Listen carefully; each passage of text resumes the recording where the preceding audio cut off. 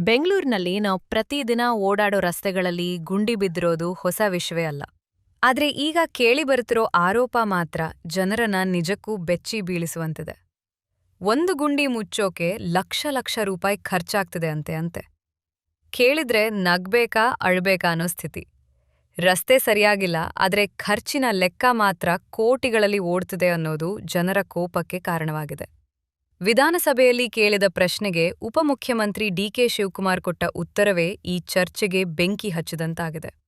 Greater Bangalore ವ್ಯಾಪ್ತಿಯ 28 ಕ್ಷೇತ್ರಗಳಲ್ಲಿ ಕಳೆದ 6 ತಿಂಗಳಲ್ಲಿ 41,150 ಗುಂಡಿಗಳು ಪತ್ತೆಯಾಗಿದ್ದು, ಅದರಲ್ಲಿ 39,887 ಗುಂಡಿಗಳನ್ನು ಮುಚ್ಚಲಾಗಿದೆ ಅಂತ ಹೇಳಲಾಗಿದೆ. ಇದಕ್ಕೆ ಒಟ್ಟು 33.85 ಕೋಟಿ ರೂಪಾಯಿ ಖರ್ಚು ಮಾಡಲಾಗಿದೆ ಅಂತ ಸರ್ಕಾರವೇ ಒಪ್ಕೊಂಡಿದೆ. ಕಾಗದದ ಮೇಲೆ ಎಲ್ಲವೂ ಸರಿ ಅನ್ನಿಸ್ಬೋದು, ಆದರೆ ನೆಲದ ಮೇಲೆ ಪರಿಸ್ಥಿತಿ ಹೇಗಿದೆ ಅನ್ನೋದು ಜನರ ಅನುಭವವೇ ಹೇಳ್ತಿದೆ. ಇಲ್ಲೇ ಮುಖ್ಯ ಅನುಮಾನ ಶುರುವಾಗ್ತಿದೆ. ಒಂದೊಂದು ಕ್ಷೇತ್ರದಲ್ಲಿ ಒಂದೊಂದು ರೇಟ್. ಚಾಮರಾಜಪೇಟೆಯಲ್ಲಿ ಒಂದು ಗುಂಡಿ ಮುಚ್ಚೋಕೆ 1 ಲಕ್ಷ ರೂಪಾಯಿ ಖರ್ಚು ಮಾಡಲಾಗಿದೆ ಅಂತ ಲೆಕ್ಕ. ಶಿವಾಜಿನಗರಲ್ಲಿ 60,000, ಗೋವಿಂದರಾಜನಗರದಲ್ಲಿ 49,000, ವಿಜಯನಗರದಲ್ಲಿ 47,000, ಗಾಂಧಿನಗರದಲ್ಲಿ 31,000. ಇನ್ನೂ ಕೆಲ ಕಡೆ 20,000ದೊಳಗೂ ಕೆಲಸ ಆಗಿದೆ. ಅಂದ್ರೆ ಒಂದೇ ನಗರ, ಒಂದೇ ಥರದ ಕೆಲಸ, ಆದರೆ ದರ ಮಾತ್ರ ಯಾಕೆ ಇಷ್ಟೊಂದು ವ್ಯತ್ಯಾಸ? ಇದೆಲ್ಲ ಸುಳ್ಳೆಕ್ಕ ಅಂತ ಜನ ರೊಚ್ಚಿಗೇಳ್ತಾ ಇದ್ದಾರೆ. ಚಾಮರಾಜಪೇಟೆ ಉದಾಹರಣೆ ತಗೊಂಡ್ರೆ ಇನ್ನೂ ಸ್ಪಷ್ಟವಾಗುತ್ತೆ. 140 ಗುಂಡಿಗಳಿಗೆ 1,40,00,000 ರೂಪಾಯಿ ಖರ್ಚು ಮಾಡಲಾಗಿದೆ ಅಂದ್ರೆ ಸರಾಸರಿ ಒಂದು ಗುಂಡಿಗೆ 1 ಲಕ್ಷ. ಒಂದು ಸಣ್ಣ ಗುಂಡಿ ಮುಚ್ಚೋಕೆ ಇಷ್ಟು ಹಣ ಬೇಕಾ? ಗುಂಡಿ ಮುಚ್ಚಿದ್ರಾ ಅಥವಾ ಅದಕ್ಕೆ ಚಿನ್ನದ ಲೇಪ ಹಾಕಿದ್ರಾ ಅನ್ನೋ ಪ್ರಶ್ನೆ ಸಹಜ.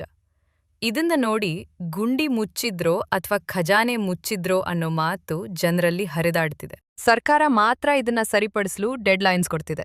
ಮೇ ಅಂತ್ಯದೊಳಗೆ ಎಲ್ಲಾ ಗುಂಡಿ ಮುಚ್ಚಬೇಕು ಅಂತ ಕಟ್ಟುನಿಟ್ಟಿನ ಸೂಚನೆ ನೀಡಲಾಗಿದೆ. ಅಧಿಕಾರಿಗಳಿಗೆ ಎಚ್ಚರಿಕೆ ಕೊಡಲಾಗಿದೆ. ಮಳೆಗಾಲ ಶುರುವಾಗೋ ಮುಂಚೆ ರಸ್ತೆ ಸರಿಯಾಗಬೇಕು ಅನ್ನೋ ಒತ್ತಡ ಇದೆ. ಆದ್ರೆ ಇದೇ ಮಾತು ಹಿಂದೆಯೂ ಕೇಳಿದ್ವೆ. ನೆಲದ ಮೇಲೆ ಬದಲಾವಣೆ ಆಗೋದು ಮಾತ್ರ ತುಂಬಾ ನಿಧಾನ. ಇದ್ರ ನಡುವೆ ಮತ್ತೊಂದು ಕಾರಣವೂ ಹೇಳಲಾಗುತ್ತಿದೆ: ಬಿಟುಮಿನ್ ಕೊರತೆ.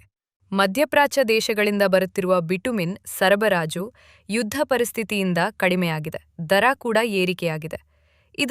ಇದರಿಂದ ರಸ್ತೆ ಕಾಮಗಾರಿಗಳ ಖರ್ಚು ಹೆಚ್ಚಾಗಿದೆ ಅಂತ ಅಧಿಕಾರಿಗಳು ಹೇಳ್ಬಹುದು. ಖರ್ಚು ಹೆಚ್ಚಾಗ್ಬಹುದು, ಆದರೆ ಇವರು ಕೊಟ್ಟಿರುವ ಖರ್ಚು ನಂಬಲು ಕಷ್ಟಾನೇ ಅಂತ ಹೇಳ್ಬಹುದು. ದೇವರಾಣೆಗೂ ಒಂದು ಗುಂಡಿ ಮುಚ್ಚುವುದಕ್ಕೆ 1 ಲಕ್ಷ ಖರ್ಚಾಗೋದಕ್ಕೆ ಸಾಧ್ಯವೇ ಇಲ್ಲ ಅನ್ನೋದು ಜನಸಾಮಾನ್ಯರ ನಂಬಿಕೆ. ಇದು ಕೇವಲ ಗುಂಡಿ ವಿಚಾರ ಅಂತ ನೋಡಬಾರದು. ಇದೇ ಮಾದರಿ ಸರ್ಕಾರದ ಅನೇಕ ಕಾಮಗಾರಿಗಳಲ್ಲೂ ದೊಡ್ಡ ಮಟ್ಟದ ಲಪಟಾಯಿಸುವ ವ್ಯವಸ್ಥೆ ಇರೋ ಸಾಧ್ಯತೆ ಇದೆ.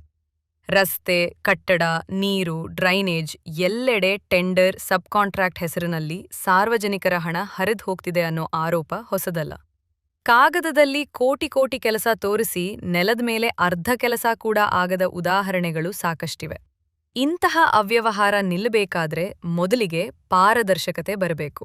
ಪ್ರತಿಯೊಂದು ಕಾಮಗಾರಿಯ ವಿವರ ಸಾರ್ವಜನಿಕರಿಗೆ ಲಭ್ಯವಾಗಬೇಕು. ಯಾವ ರಸ್ತೆಗೆ ಎಷ್ಟು ಹಣ, ಯಾವ ಗುತ್ತಿಗೆದಾರ, ಯಾವ ಮೆಟೀರಿಯಲ್, ಎಷ್ಟು ದಿನದಲ್ಲಿ ಕೆಲಸ ಮುಗೀಬೇಕು ಅನ್ನೋದನ್ನ ಓಪನ್ ಆಗಿ ತೋರಿಸ್ಬೇಕು. GPS photo, live update, online tracking ಇತ್ಯಾದಿ ವ್ಯವಸ್ಥೆ ಇರಬೇಕು. ಕೆಲಸ ಮುಗಿದ್ಮೇಲೆ ತೃತೀಯ ಪಕ್ಷದಿಂದ ಗುಣಮಟ್ಟ ಪರಿಶೀಲನೆ ಕಡ್ಡಾಯವಾಗಬೇಕು. ಇದ್ರ ಜೊತೆಗೆ ತಪ್ಪು ಮಾಡಿದ ಅಧಿಕಾರಿಗಳು ಮತ್ತು ಗುತ್ತಿಗೆದಾರರ ಮೇಲೆ ಕಠಿಣ ಕ್ರಮ ಬೇಕು. ಕೇವಲ ವರ್ಗಾವಣೆ ಸಾಕಾಗಲ್ಲ. ಹಣ ವಾಪಸ್ ವಸೂಲಿ ಮಾಡಬೇಕು, ಕೇಸ್ ಹಾಕಬೇಕು, ಟೆಂಡರ್ ಬ್ಲಾಕ್ ಮಾಡಬೇಕು. ಕೆಲವರ ಮೇಲೆ ಗಟ್ಟಿಯಾದ ಕ್ರಮ ತೆಗೆದುಕೊಂಡ್ರೆ ಉಳಿದವರಿಗೆ ಭಯ ಬರುತ್ತೆ. ಸಾರ್ವಜನಿಕರು ಕೂಡ ಸುಮ್ಮನೆ ಕೂತ್ಕೊಳ್ಳೋದ್ರಿಂದ ಏನೂ ಆಗಲ್ಲ. ಮಾಹಿತಿ ಹಕ್ಕು ಕಾಯ್ದೆ ಮೂಲಕ ಕಾಮಗಾರಿಗಳ ವಿವರ ಕೇಳಬಹುದು. ಸ್ಥಳೀಯ ಕಾರ್ಪೊರೇಟರ್ ಶಾಸಕರಿಗೆ ನೇರವಾಗಿ ಪ್ರಶ್ನೆ ಮಾಡಬಹುದು. ಸಾಮಾಜಿಕ ಜಾಲತಾಣಗಳಲ್ಲಿ ಸಾಕ್ಷಿಗಳ ಜೊತೆ ವಿಚಾರ ಹಂಚಿಕೊಳ್ಳಬಹುದು. ಜನ ಒಟ್ಟಾಗಿ ಒತ್ತಡ ಹಾಕಿದ್ರೆ ಮಾತ್ರ ವ್ಯವಸ್ಥೆ ಬದಲಾಗೋ ಸಾಧ್ಯತೆ ಇದೆ. ಕೊನೆಗೆ ಒಂದು ಮಾತು ಸ್ಪಷ್ಟ: ರಸ್ತೆ ಗುಂಡಿ ಅಂದ್ರೆ ಕೇವಲ ಸಣ್ಣ ಸಮಸ್ಯೆ ಅಲ್ಲ. ಇದು ಆಡಳಿತದ ಗುಣಮಟ್ಟ ತೋರಿಸುವ ದೊಡ್ಡ ಸೂಚಕ. ಗುಂಡಿ ಮುಚ್ಚೋಕೆ ಲಕ್ಷ ಲಕ್ಷ ಖರ್ಚು ಆಗ್ತಿದೆ ಅಂದ್ರೆ ಅದು ಕೇವಲ ರಸ್ತೆ ಸಮಸ್ಯೆ ಅಲ್ಲ, ಅದು ವ್ಯವಸ್ಥೆಯಲ್ಲೇ ದೊಡ್ಡ ಗುಂಡಿ ಇದೆ ಅನ್ನೋದಕ್ಕೆ ಸಾಕ್ಷಿ. ಆ ಗುಂಡಿ ಮುಚ್ಚೋದಕ್ಕೆ ಜನರ ಎಚ್ಚರಿಕೆ, ಪ್ರಶ್ನೆ ಮತ್ತು ಕಟ್ಟುನಿಟ್ಟಿನ ಕ್ರಮಗಳೇ ಒಂದೇ ಮಾರ್ಗ.